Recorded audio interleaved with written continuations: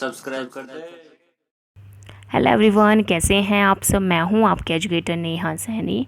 आज का टॉपिक है आपका पेरोक्सिसोम्स। देखो, पेरोक्सिसोम्स जो होते हैं वो मेनली स्मॉल स्फेरिकल ऑर्गेनेली होते हैं जो कि कंटेन करते हैं ऑक्सीडेटिव एंजाइम। एंजाइम्स की बात हमने पहले भी की थी, कहाँ की थी, लाइसोसोम के अंदर। तो लाइसोसोम के अंदर जो एंजाइम्स है वो कौन से एंजाइम्स है, वो मेनली एंजाइम्स होते हैं आपके डाइजेस्टिव एंजाइम्स। ओके, दोनों में डिफरेंस समझ में आया, क्या डिफरेंस है। ओके, अब नेक्स्ट है, they are bounded by single membrane. भाई जो ये पेरोक्सिसोम है वो किससे बाउंडेड होते हैं, एक सिंगल मेम्ब्रेन से बाउंडेड होते हैं।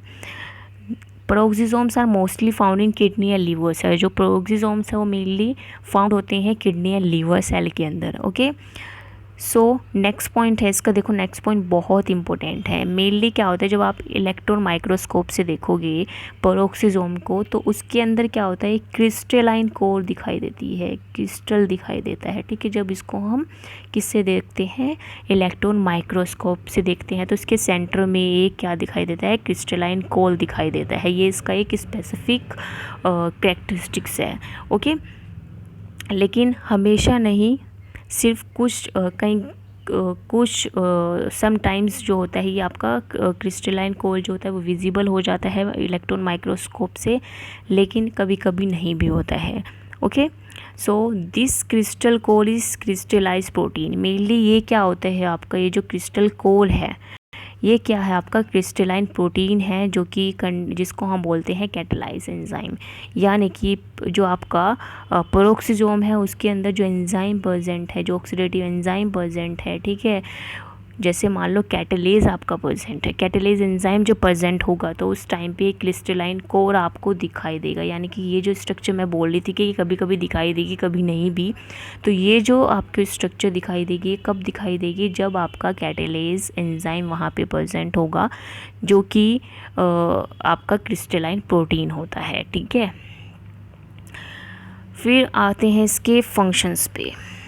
अब इसका फंक्शंस क्या है, देखो बहुत छोटा सा टॉपिक था आपका ये। तो मेनली जो पेरोक्सिसोम्स हैं वो स्पेशलाइज्ड होते हैं for carrying out some oxidative reactions.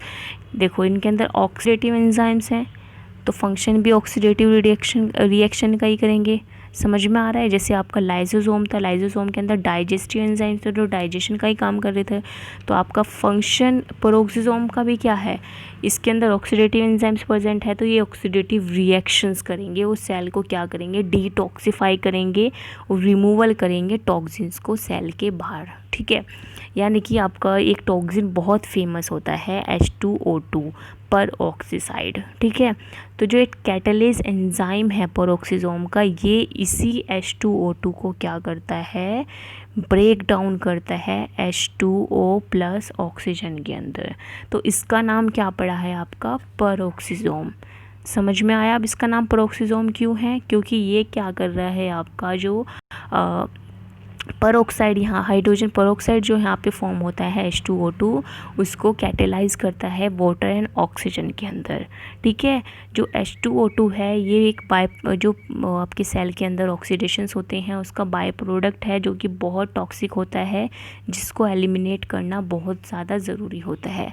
सो जो कैटालेज है वो फास्ट एक्टिंग एंजाइम इसके ऊपर काम करता है और वो H2O2 को ब्रेक डाउन करता है H2O प्लस ऑक्सीजन के अंदर। ओके, आया समझ में इतना पॉइंट आपको।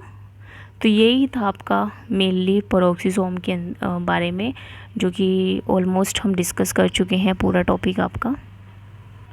सो आई होप सो कि आपको लेसन्स अच्छे लग रहे होंगे। अगर पसंद आ रहे हैं तो please subscribe my channel science learning academy और जुड़े रहिए साइंस लर्निंग एकेडमी के साथ। और प्लीज़ प्लीज़ प्लीज़ वीडियो को इतना शेयर कीजिए, सब तक पहुंचाइए इस वीडियो को, जिससे ज़्यादा से ज़्यादा लोग इससे फ़ायदा उठा सकें। ओके, और अगर आपको कोई क्वेरी है तो आप मुझसे पूछ सकते हैं। You can also follow me on Instagram and also on Telegram.